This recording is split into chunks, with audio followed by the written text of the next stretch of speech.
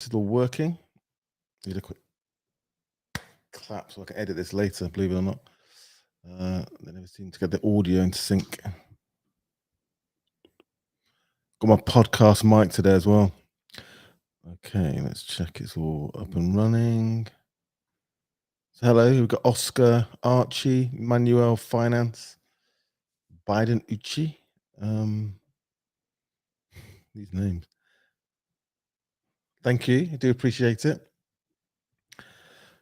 Right. Hopefully the audio is better on Instagram, so I've got a mic plugged into it. So let me know if it sounds better than normal. Let's have a quick check here.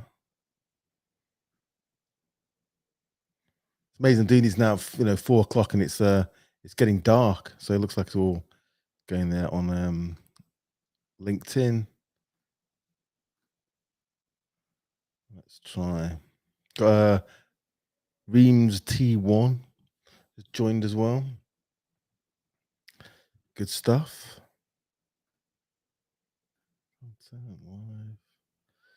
Okay. Looks like we're in. A few more people come in.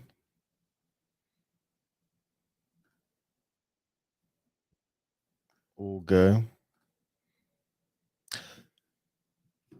Another week. We've got some people coming into LinkedIn now. Got Sean Reynolds, Nayan Gupta. Hello, everyone.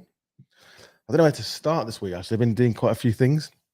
Obviously, talk about Moblocks, all the good stuff there. I've been doing quite a few events and talks. I was doing an event last night with Homegrown. Don't know if you know Homegrown. Homegrown is it's actually part of the Home House Group. It's a private members establishment, but it's designed more about entrepreneurs, both to provide somewhere to work, to stay as well, but also sort of a community and to provide events and to support you on that journey. So I was doing a talk last night about my background to reasonable audience. Thank good people turned up. So thank you if you did turn up last night. So that was great. Checking who else is coming in. SK6. Hello, Sophia's here in the house. Kelly Hoppen. Is that the Kelly Hoppen or Kelly Hoppen's account? If it's Kelly, hello, long time. We need to catch up. Jazz Joe Hal as well. So this is the Q&A session. As I always say, there's a clue in the title. So to give answers, any questions. And when I run out of questions, I will wrap it up. So I had quite a good session last week. I put this out on we're trying last week on the Moblocks LinkedIn. And it's now my LinkedIn as well. So let me just push this out again, just to see what the difference works.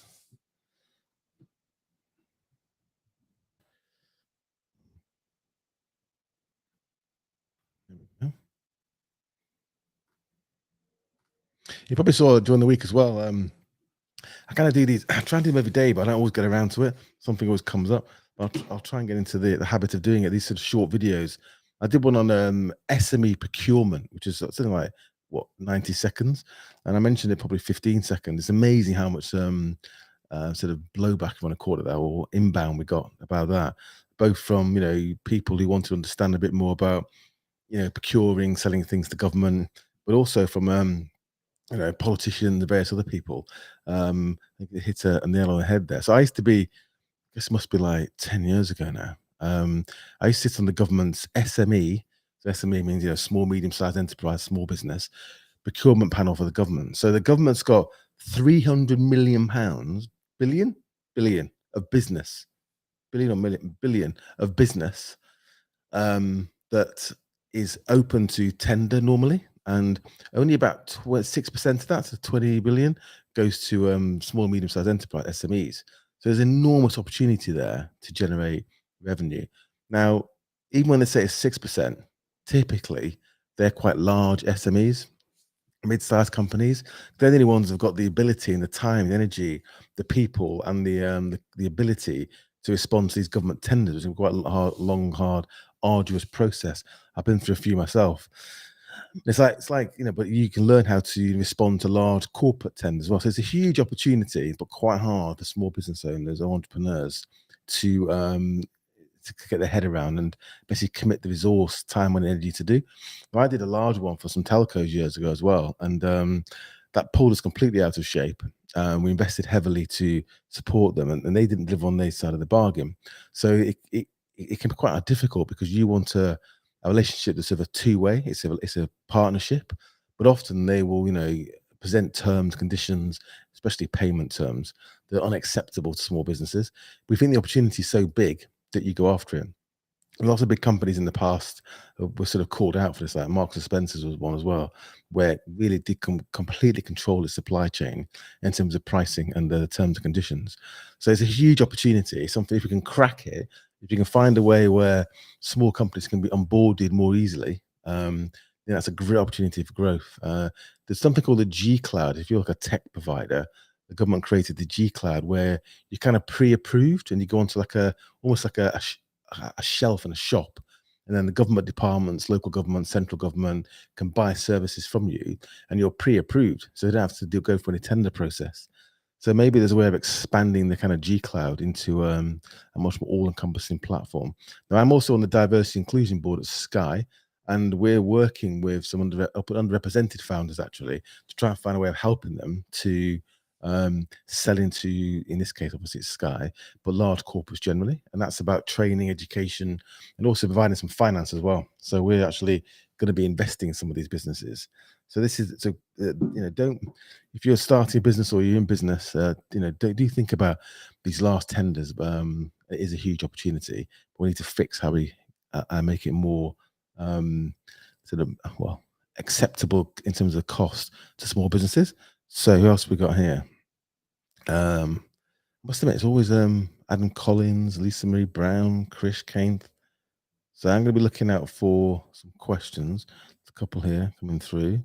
Another game, obviously, I've got to talk about Modeblocks again. So if you haven't haven't been on the Modeblocks website this week, you don't know what you're missing. Black Friday deals, content about that, all sorts of stuff as well.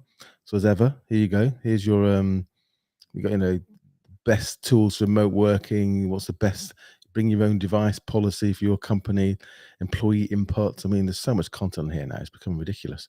I mean, as the weeks pass, we keep adding 3-4 articles a week perhaps, and some lives, chats and videos.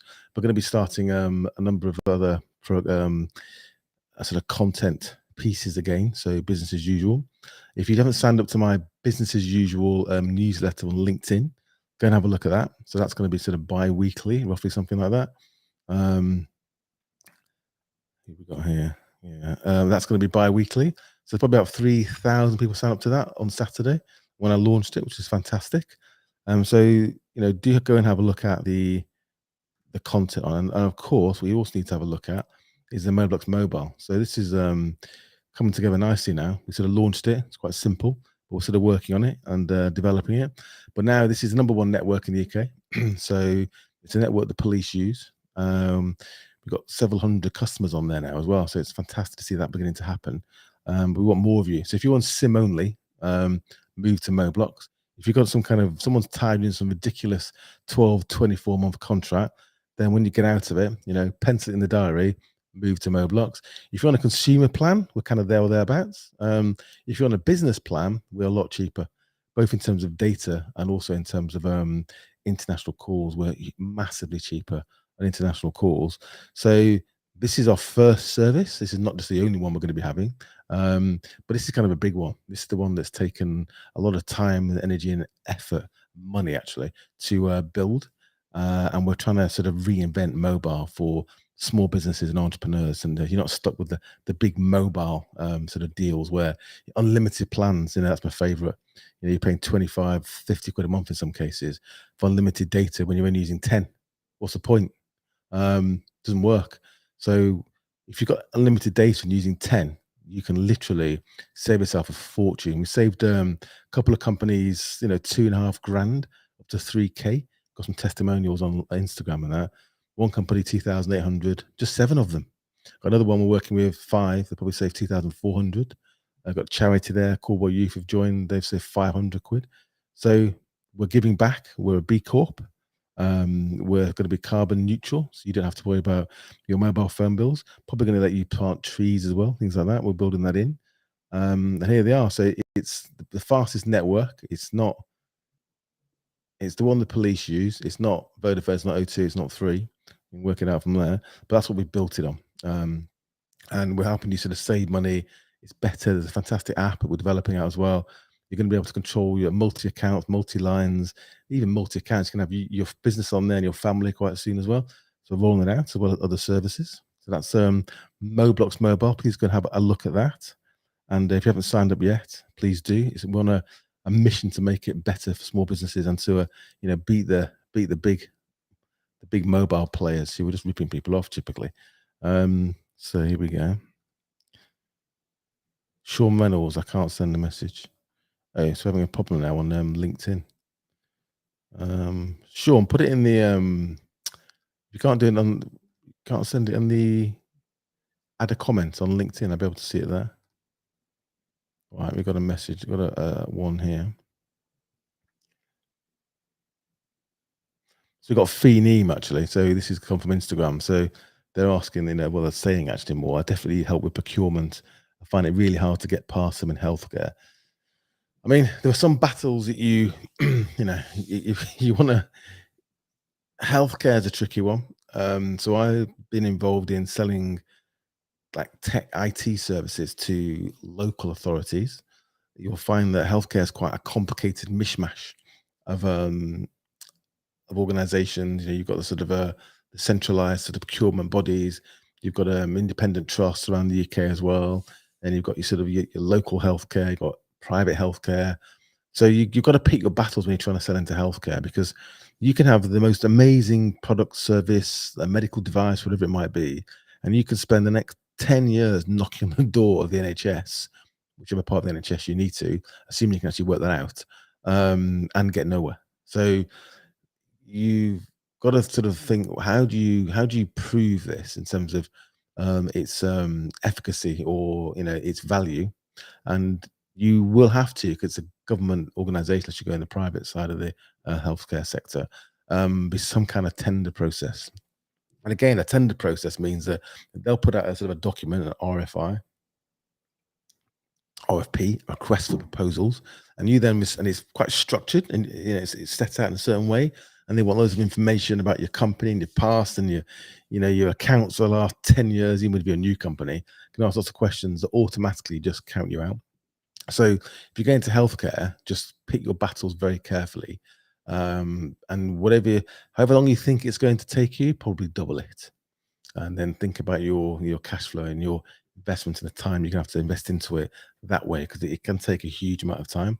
And maybe start in the private sector as well and start small and prove it. And then when you go to the public sector side of the healthcare, you've got evidence, you've got testimonials, you've got proof points, which is what they're going to look for. But quite often, it's not the fact your business or your product or your service. You just can't win these things often because the ridiculous questions they ask, and they assume that it's a massive company. Now things are getting better, and the G Cloud definitely has opened up that in terms of technology, but there's still somewhere to go. I've got Sean Reynolds on LinkedIn. Let me see if I can actually bring this up. Here we go. No, no. It's a bit annoying, isn't it? LinkedIn can't take a message. Yeah, if you're struggling on LinkedIn, just go on YouTube or onto Instagram or something and just ping it in there. Quite frustrating. That's not actually working, isn't it? I mean, or try the comments in LinkedIn, and I can see those here. Um, right, let's have a look. So don't forget, I need questions. I can give you answers if you're coming through now. Daniel Ballard, it's about Moblox. It's about Moblox generally. So, do we have cybersecurity products? So the thing about cybersecurity, you know anything about it, and often you're thinking about cybersecurity. I've got an ad blocker, and I've got some McAfee or something like that, and that's fine. But the thing about cybersecurity is that you've got to understand that small businesses are the soft underbelly, right, of the opportunity for these criminals, but let's call them what they are, and they can have a distributed attack. They send out to tens of thousands, even millions of different businesses. These can be phishing attacks. It could be something where someone's, going to click the wrong, something that looks like the bank website, but isn't. So when somebody enters some details, they get fooled into giving their password. They then log in and steal money. There's ransomware where they'll drop something onto one of your servers, your email server, and it will disrupt it. It will lock you out until you pay some money somehow or somewhere. And often what you'll find is that when they try and reverse that they struggle, especially if they've encrypted things. That you're probably never going to get that data back in the state in which it originated. And often, if you're in a supply chain to a large company, you can be the soft way in, the back door essentially. So they will destroy a small business to get at a large company. My favorite story, and one I've used before, is the baker. This came from I was talking to Hiscox. They were telling me about this story where a chap didn't want to get up in the morning. I've told the story before. I didn't want to get up in the morning. He had a bakery, getting up at 4 in the morning to turn the ovens on. Got some IoT enabled ovens, so Internet of Things. You could, just like your home heating, if you've got it, like Nest, whatever, you can just turn it on and off while you're in bed from wherever you are in the world. So he basically did that, bought these ovens, and cut a long story short, some cyber hacker hacked into his ovens and locked them. And that was it. You're out of business. I can't remember what exactly happened. I think they might have paid out, and then they claimed on the insurance. But cyber's got the three key things. One is you need to have policies, and this can be really quite tedious when you're running a business. And I always say when you start running a business, I know that policies, process, and system, you can be like watching paint dry trying to put them together, but you need them because people are working with you, especially your employees, need to understand what the rules of the game are, what they should do, what they shouldn't do, and what you're insured to do, for example, so that they can then get on with their job with the least friction as possible. They know the kind of rules of engagement, so to speak. And cyber is a question of training, so it's policy, what you should and shouldn't do, ideally. Training, what does a phishing email look like? What kind of files should you be opening and clicking on? And explain to people that people might try and send you an email late at night from your boss saying, "Oh, just quickly, I'm stuck somewhere. Can you send me some cash or send me the bank details?" And it seems like an emergency. You don't know what to do, and you panic and probably send the information you shouldn't. Just sending usernames and passwords over your internal systems or email or Teams or Slack, whatever you use, your Gmail setup, that can set you up for attack as well. Because if they get in, they've got both the username and the password. So never sort of send important information like that over your internal network. Try and use a separate encrypted network or encrypted device or encrypted messaging service. So you've got basically people, the training, the policies, and then the technology. What technology you overlay?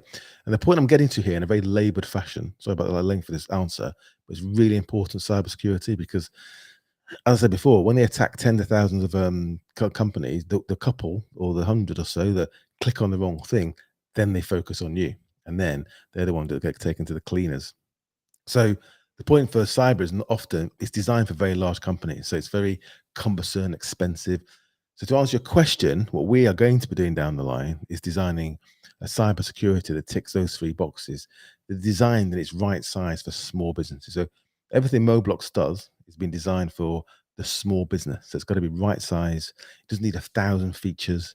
It needs the things you need it to do, basically. So that's what we're going to be doing down the line. We've got to get mobile slick as you like as soon as possible, and then we're going to be working on cyber and things like broadband, a very simple sort of phone system for SMEs. Lots to do, lots to go at, but cyber's definitely one of them we are looking at as well. And then in our marketplace, you'll be able to choose what kind of technology you use, what software you use to protect yourself as best possible. But it's not often the tech; it's people, policies, and training. You can have the best technology in the world. If one of your team members puts something they shouldn't do onto a USB and leaves it on a train, it's not going to help you, is it? So, or leaves papers in a suitcase on a train, which some MPs seem to like doing. That's cybersecurity. It's not just about having antivirus software sitting on your computer. You need to remember to update now and then. There's more to it than that.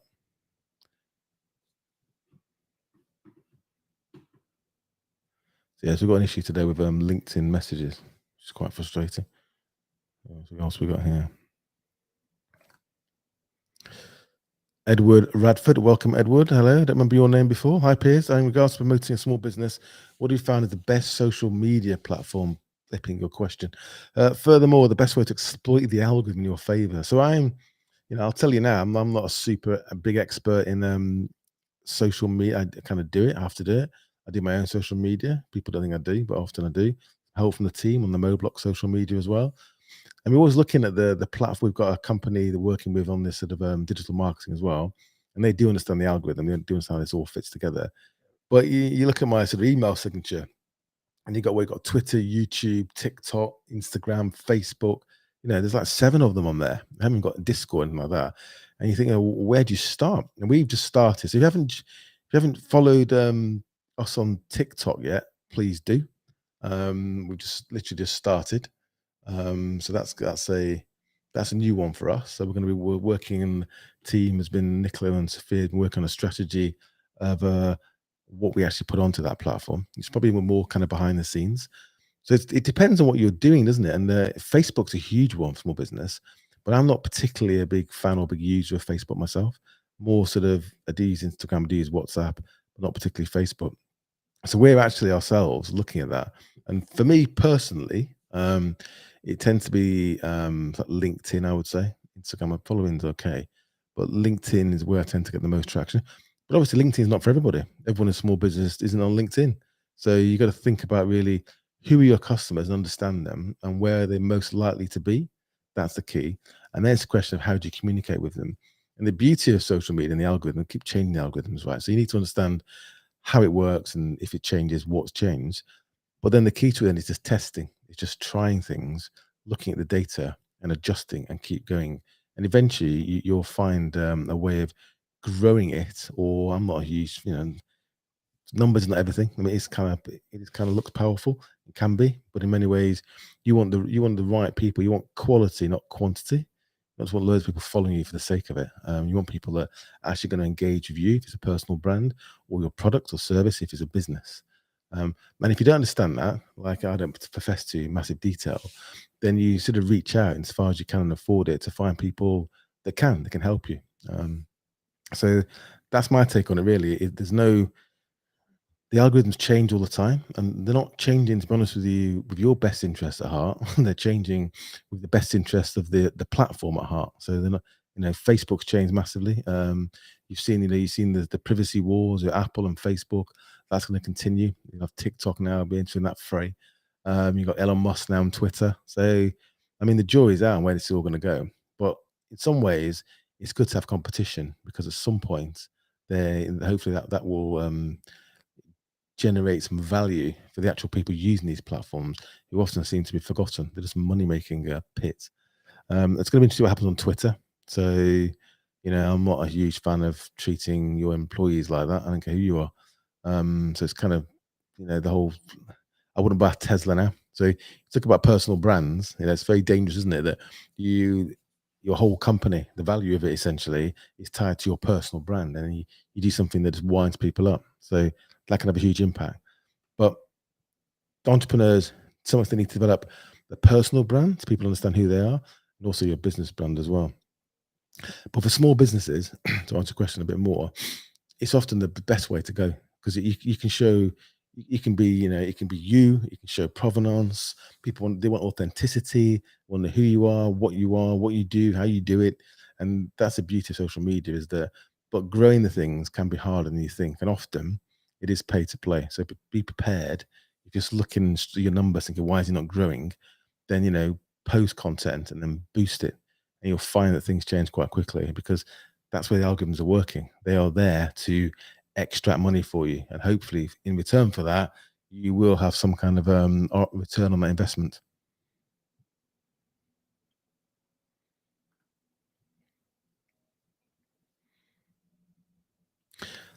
Emily Postman, hello. Have you had used any affiliate marketing sites like Partner Stack or Share A sales sites to support growth for a SaaS business? I've used affiliate I know quite a few people affiliate marketers, and I've used affiliate marketing or referral. It's kind of an overlap, really. It can be super powerful. So in Mailbox, for example, we want to have a network of affiliates and referrers, or referral network, depending how you look at it, what you want to call it. I kind of find that your referrers tend to be more, in my view anyway, more like member get member. It's not, whereas an affiliate can actually build a business on your platform if you're the publisher. And there are other sites where you can pick up and sell their services. Now, some of them, like the big ones, like Awin, for example, You look at some big companies on there, you go through the terms, and they're not paying you much. And I've seen like payment terms of like 500 days, at least a year in most cases, or 6 months, at the minimum in big companies, which is not ideal in terms of your what you're getting back for your effort. And if it's all digital, then over time, obviously, you're building a recurring revenue stream. But I don't know these two particularly, Partner Stack or Share A sales sites. I've seen them. Quite often, they're quite good for using to look at how things are priced. My digital agency did this with me. They show me how affiliates are pricing things. So in another way, it can give you an indication of what your acquisition cost might be for a customer as well. So there are ways to use them. But generally, the affiliate network, the referral mechanism is really, really powerful. I mean, companies like, so I think of an example now, Dropbox, and they, get free storage for inviting your mate. A lot of the neobanks in the Monzo back in the day when it first started out, upload the contacts and invite a friend and share a pizza with them, whatever it might be. So some of these schemes are really, really powerful. Now it depends on what side you're talking about. Moblox, we are both going to be creating an affiliate network for people to sell our services so they can earn a commission. And we're also in our marketplace doing exactly this. So we're looking for um, deals and affiliate programs for products and services that suit our base. We're then going to talk about them, review them, and then provide links to those products or services. And then when someone buys that, we expect some kind of commission or bounty or some kind of kickback. So I don't know those particular ones, but it is really, really powerful if you get it right. And again, it's just about testing, testing, testing.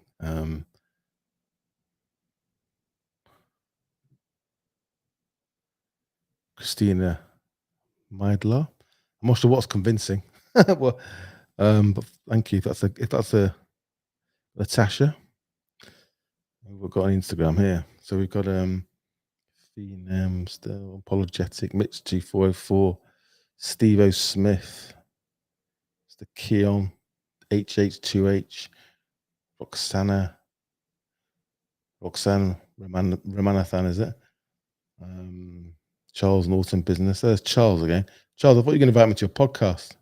Waiting for your email. Got Tom from Escape Conversions. Little Jamaicans in the house. Good to see you all.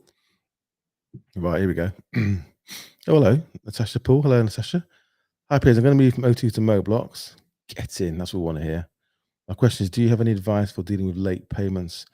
I've been struggling the last few months. Well, I think we're all struggling with that, and sometimes struggling to make the payments. But I think it's got open communication. That's all I can sort of talk about. Really, is you've got to be able to talk to. It can work both ways. If you've got creditors or people you owe them money, it's just have an open communication about how you intend to pay it or pay it down. That's the only way to get around it, really. And hopefully you try and maintain a relationship. It's very, very hard for lots of companies, lots of people. Raising finance, margins are going down, cost of living is going up. You're going to see increases in dividend tax.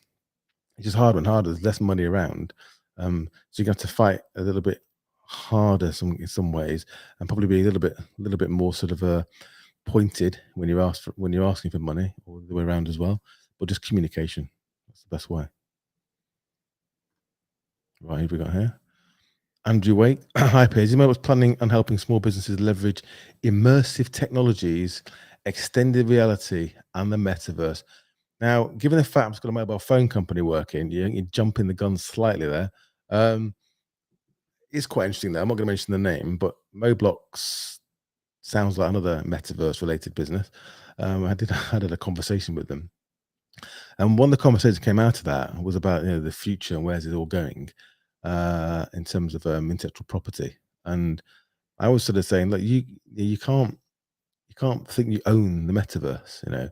You may find that at some point in time that the Moblox community, I don't know when, it's not going to be in the near future, that we're all kind of wandering around in some virtual world, having a drink at a virtual bar, at a virtual event. So that's where the world is going to go. There's no doubt in my mind about it. It's a bit too far out for Moblox. We're not really focused on, the the real sort of we're kind of cutting edge in a way. We want to do the day to day stuff well, bit of cutting edge in there, but we're not really bleeding edge. We're not. That's not what we're about. We're about helping small businesses, do what they need to do, and trying to build some half-baked metaverse for you to wander around in isn't going to help in the long run. But as the technology becomes available, definitely that's something we're going to do. We're more focused on the day to day for now. But that's a very interesting question. Just remind me of my conversations with some lawyers about that point.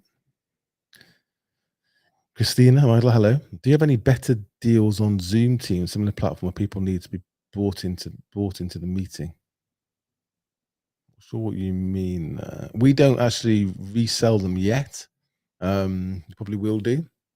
Or you can download Zoom and Teams.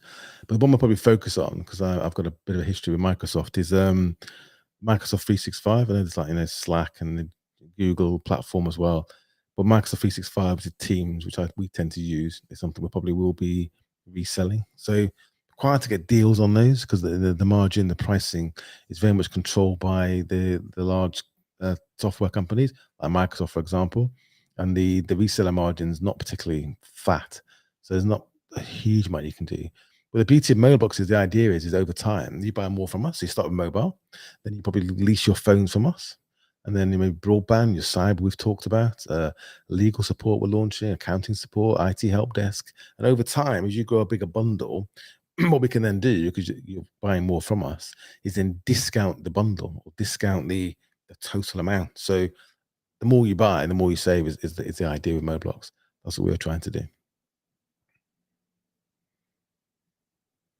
What have we got here?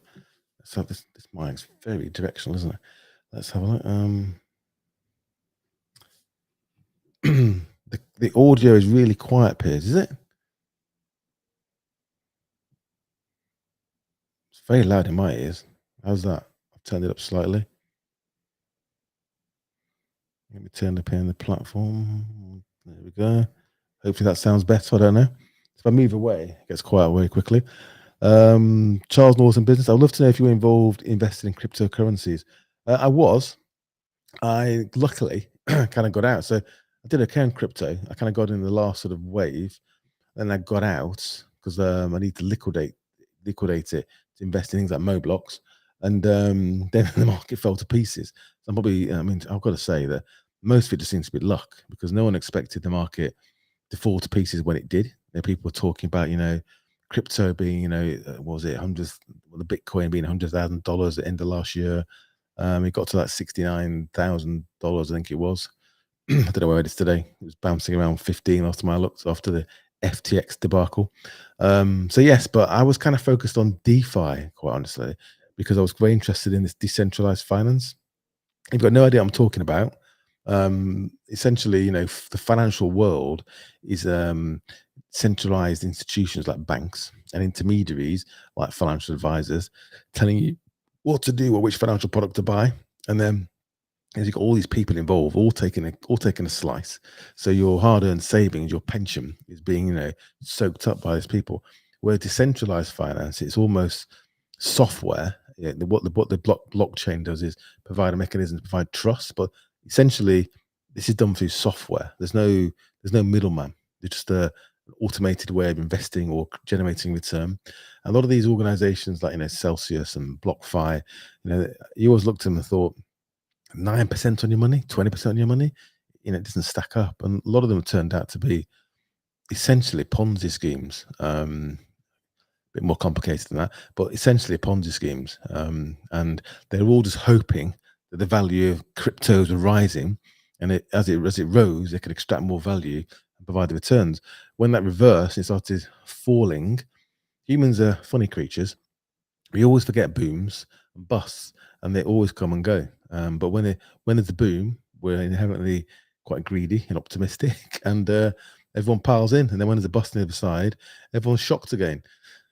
And again, there's been a massive crash. FTX was the last exchange that blew up, and there's a billions missing there. But on the other side, at some point, it'll start ticking up again. Confidence will come back, and off we go again. So whether I'm slightly put off DeFi now, I have to say, and whether you just focus on the businesses, actually blockchain based businesses that have utility. There's a purpose. There's actually a product or service there somebody's going to pay for. That'll be the next wave. Things actually make sense rather than hot air. That's my view. And that was just like the internet. The internet was like that back in late 90s, 2000. A lot of hot air, a lot of the use cases didn't really make much sense, or the technology was way behind the infrastructure, like broadband, for example. You couldn't have done Netflix in 2002. I know because my friend tried and ended up building a film business out of it. But they tried, and the broadband wasn't there. So often timing is everything. But I think you're going to see, just like in the internet, that the next phase will be things that have real use cases. And you're seeing a lot of those now. Met a guy the other day actually at a Goldman Sachs event that is busy. He's got an incubator, just incubating loads of these companies. They're going through a process, and needs one or two winners out of there, and the next kind of boom, essentially, a bull market as they call it, and off they go.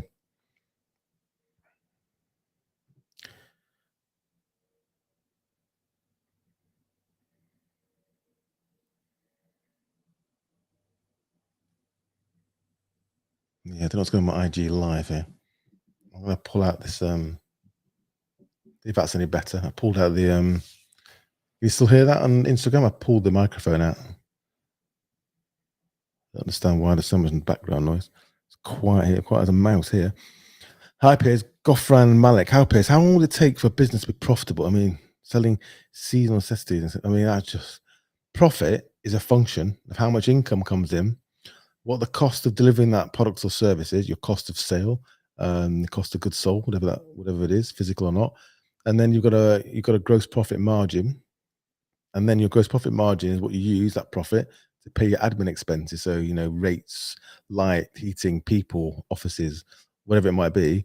And at the end of that, you have a profit before tax, and if it's positive, depending how big your business is and what tax regime you're working in, then you'll pay tax, and there's a profit at the end of it. So profit before tax is a function of what's your margin, your gross profit margin, and more importantly, what's your operating margin? And that's just are your costs higher than your revenue?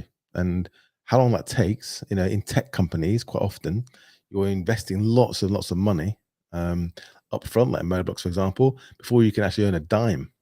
So you have, and then even then, as you're taking off, your overheads are quite high and your revenue is quite small. And eventually it's that challenge of, do you expand your overheads or leave them where they are? You grow more and more revenue. If you're marketing is one of your biggest expenses, clearly.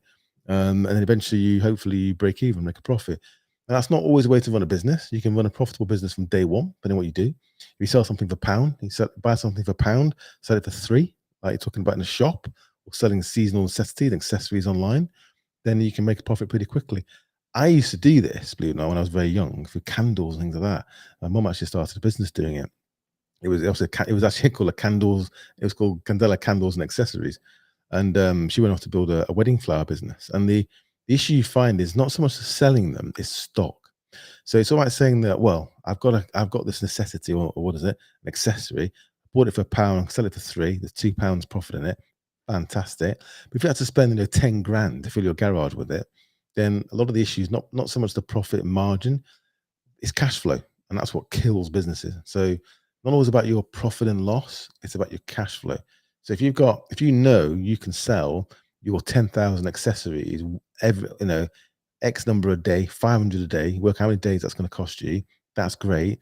But if you've got to buy them en masse in bulk up front, there's a minimum order quantity, for example, of 10,000, then you're going to find yourself out of pocket. So yes, you will make a profit eventually as you sell them all off. But as you start selling them all off, you made your profit, you're gonna need some more. So you need 20,000 this time. Then you go and buy another 20,000. You go, well, cash goes out the door again. So there's ways of funding that, and trade finance and lots of different ways you can fund this kind of thing. But don't get lost on your P&L. Think about cash flow as well, and that's what a lot of small businesses don't. And if you've joined Moblocks, you get my course for free, and there's a whole section in there about P&L, cash flow, balance sheet, how they interrelate with each other, what the interrelationships between them, and how you manage things like that. So that's a very broad question, and how long will be partly to do with your ambition, because you can keep just investing profits back into marketing and people and offices, or if you want to just keep it just you want to keep it lean and mean, you can do that as well. But when people see a growth opportunity, any money you make tends to go back into the business, especially marketing. Because then, if you're marketing and it's successful, there's an ROI, return on investment, you're growing and growing and growing. and that's what tends to happen. So you've got to be careful you don't overtrade. If you find yourself in, you really are sort of start to kill it. Um, but that's a difficult question. It depends on your ambition, the structure of your business.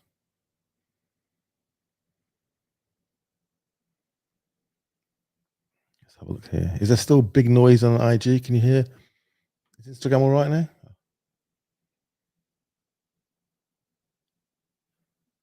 Just looking here. There's one here from a Feenem again. Good question. Um, at what stage should a small business approach a big company like Boots? So it's quite an interesting one, that. So I've been there as well, actually with one of the Dragon's Den investments too, and Holland and Barrett as well. I got engaged with them for a while on something else, and they are interested. Absolutely. I mean, you've got the big issue. I talk about procurement, about the scale, marketing, support, dealing with buyers in these large companies making promises they can't deliver sometimes. And then once you're in, you've got to stay in. And that shelf space, that little slither of shelf space you want to be on in one of the large multiples, is worth a lot of money to them, because they have to, anything they put on there needs to maximize the value they're going to get in the profitability of that shelf space. So number one is you need to learn how they think, how they operate, get into the door. They want to help you. They want innovative companies. They want people that are gonna, something interesting for their customers. Boots are the same. I used to know, actually, she ended up at Holland and Barrett, actually, one of Boots' most senior buyers. And they want innovative. They want new products. They want people walk in there every day and see the same stuff on the shelves, but they want you to sell it as well. So what they really do like are companies that have some kind of social following. They've got made some kind of progress, with some funding, ideally, as well. So when you're in there, they want you to spend money on marketing support, by the till or on the end of an hour, whatever it might be, or advertising, or your sort of eye height. You pay for that. So they want companies that have some kind of following. All they want to know is, if they help you put this on a shelf, what are you going to do to help them sell it? And if you don't sell it, you'll be off the shelf as fast as you like. And I've seen too many companies that have bet the farm on being in one of these big sheds, multiple, whatever you want to call it, and they've kind of changed their mind, and that's the end of the business, because they had all their eggs in one basket. So my advice is, try and build a brand, a following, and then when you go and talk to them, you can show them there's evidence that people are interested, and they may well go and walk into, especially if you're not selling it online, which you probably should do as well, is they can walk in and pick it up. But again, to master your own destiny, you also want to be selling it direct and online, and own your own distribution too, whether that's direct yourself or with Amazon, or however you do that. Don't just rely on the multiples to be your only route to your customers. It can become you become unstuck very, very quickly. Right, what else we got in here? So Sophia, how's the audio now?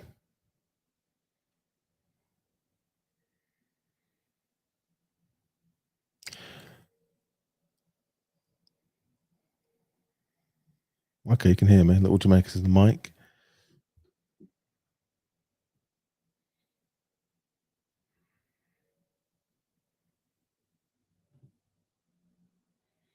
LinkedIn user, Amazon. Common question, this. Hi Piers, sorry late for joining. Don't worry, I'm here as long as I can, long as I've got questions.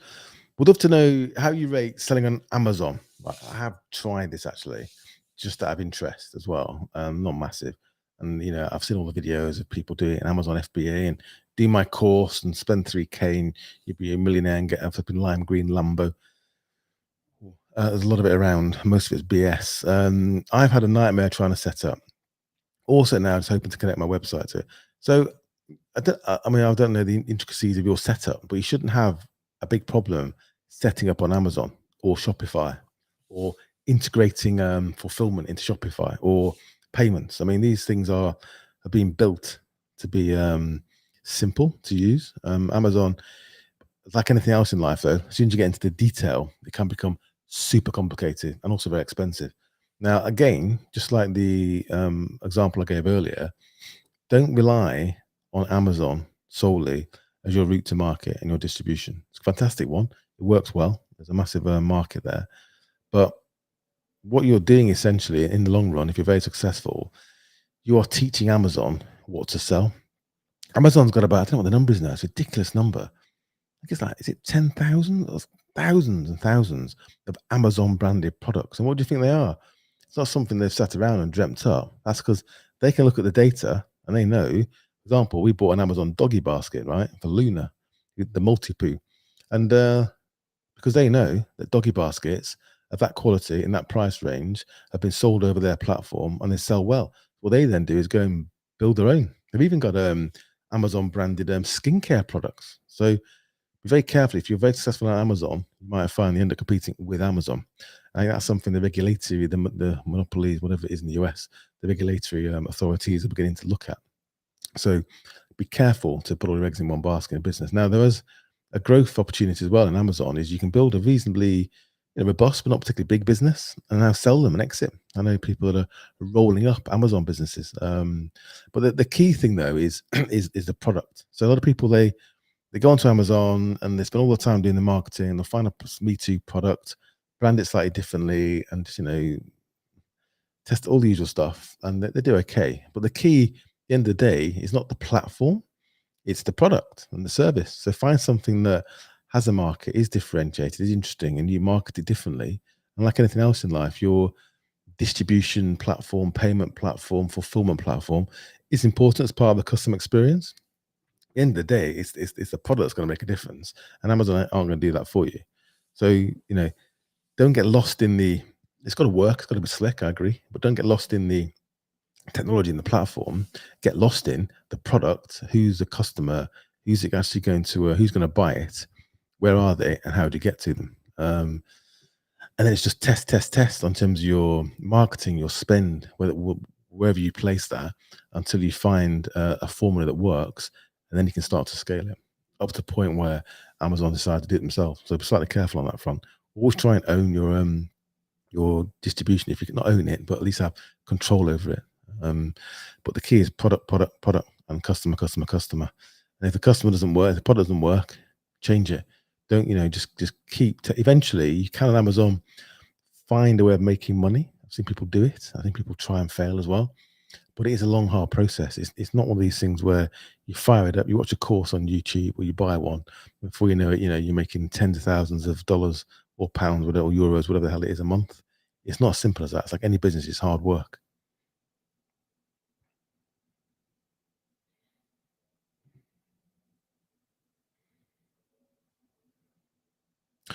10 minutes left. Got Christina Maidlow again.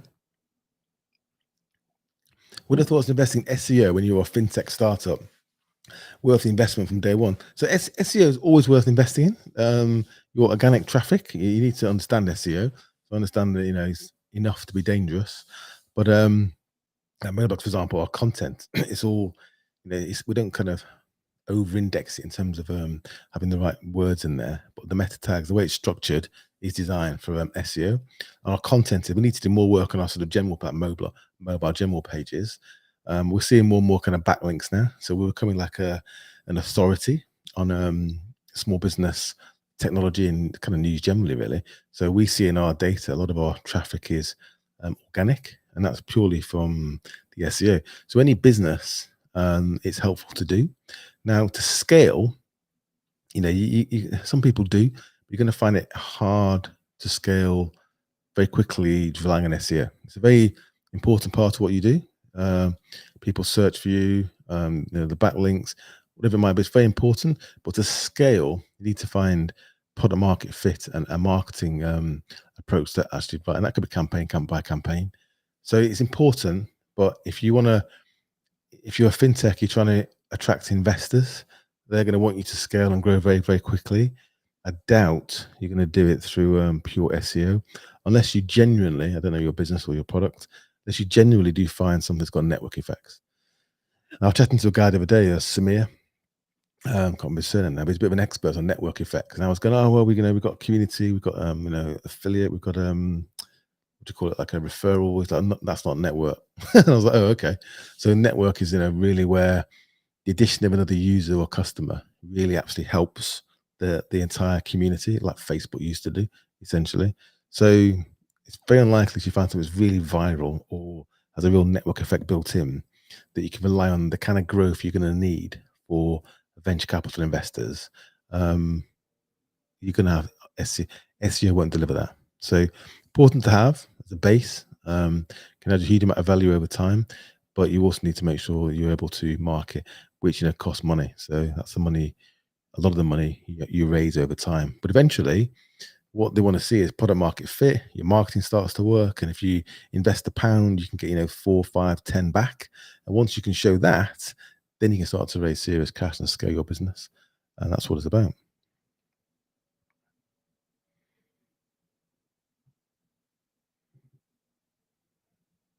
No problem, Wendy. That's what I'm here. That's what I'm here for. Um, GoFriend, the mobiles offer mobile phones. We don't yet, so SIM only now. So we're going to be offering phones down the line, probably leasing phones because it makes it cheaper, more effective. You can get new phones, refurb phones. So we're focusing now because when you're starting a business, right? I mean, the mobile phone network is super complicated. So we've got to try and focus on one thing at a time initially and get those right. So that's why I want people to join and sign up. So it's a great service, better than design for small business, design for entrepreneurs, better, cheaper, more flexible. Only do monthly contracts, and you get all the content. You get my course, and there's more coming as well. So we designed it for you because most of the big mobile networks are ripping people off. It's just through confusion. It's through mystery is margin. Normally when you buy a mobile phone and you get a data with it. It might look like it's interest free. Yeah, that's quite good. They're not charging me interest, but they're charging you 20 quid a month for 5 gig of data. That's where the profit is. That's what's subsidizing that phone purchase. There's no free lunch. Trust me. I know this industry. So unlimited plans that they're ripping you off unless you really are using, over 15 gig of data. I don't. I only use 10. I'm a reasonably heavy user. I like watching YouTube. Linking phones to airtime, that's another way of actually, if you use iPhones, for example, the best interest-free deal for iPhone is from Apple. It genuinely is interest-free. So just be careful of that. So we're focusing on the data initially, and making that something quite different and special and differentiated in the market. So if you haven't moved yet, if you are SIM only, move over to Moblox. I look forward to seeing you on our platform. Right, who else we got?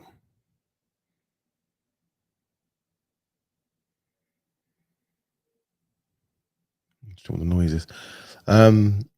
So what have we got here? There's one here, Fee Nam, and if you're still there, I think you are. You mentioned EIES. I think. Do you mean EAS or SEIS? I think you do. I never heard of that. SEIS. If you never heard of this, we're actually writing an article on this on a Moblock, so look out for it. So the EAS, the Enterprise Investment Scheme, and this SEAS, Seed Enterprise Investment Scheme, is a scheme whereby investors invest in ordinary shares in companies. They get a rebate off the money they've paid on income tax, basically. So SEIS is amazing. You get half your money back as an investor. You get loss relief. You don't pay capital gains tax after 3 years. It's amazing. And EAS is sort of 30% back. SEIS has been extended. It was 150. It's 250 now. Could be wrong. 250 now. So that's quite a lot of money for a young business you can raise and offer investors. They're going to get half the money back, assuming they pay UK income tax, and they get no capital gains after 3 years. It's fantastic. So if you're looking at raising money and you've got a business that isn't in like royalties or property, you usually within 2 years qualify for SEIS. So go and look it up. It's really important you understand that if you're thinking of raising cash from private investors, because that makes a big difference to their interest levels, especially in these markets where raising money be quite hard work. So make sure you understand that. If you don't, someone's going to mention it, and you want to know what they're talking about.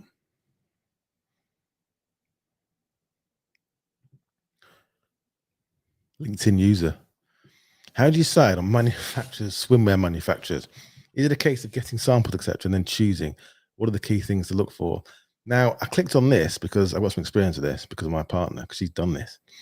So I've seen her go through the whole process from ideation to design to going through several suppliers. I think they're in China.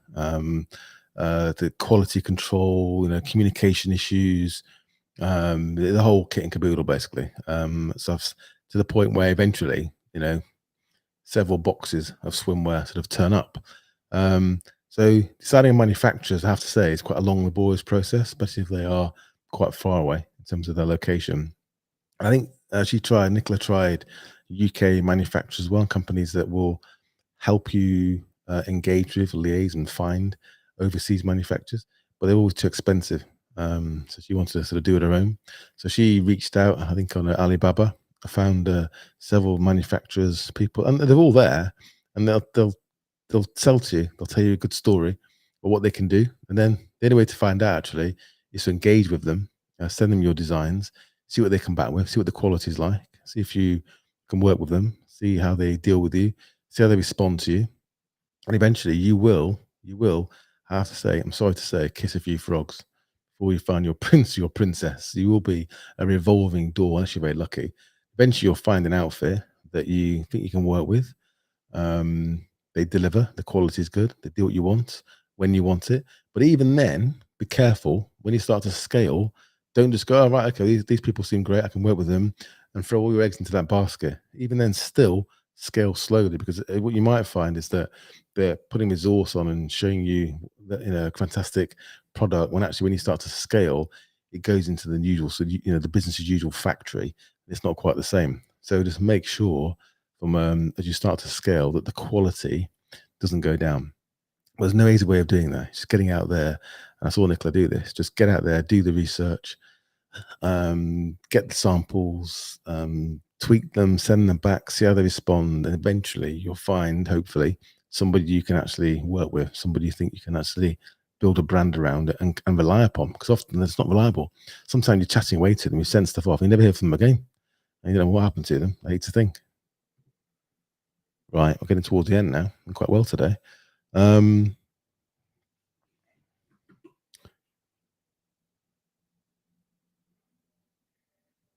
so Fee Nem, just I know you've had a few questions today. So if you're not, you've got quite a few there about how to start a business. I can't really get into content filtration on this, but please do sign up to Moblox and get my course, right? Because that will give you, no matter what you're thinking of, what that will do is give you a structure and some thinking to do and a framework. Think about how to approach starting any business, not just one in content filtration. It can be any business. That could be your expertise or something you're interested in.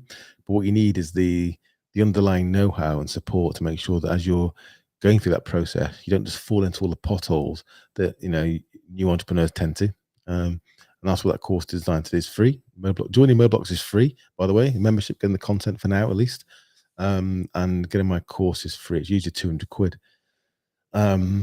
The content, we're going to lock it down over time. So if you haven't been on Moblox yet, go and have a look, and please do join the community. We're going to be introducing some more community software, hopefully not too distant future, to make that better.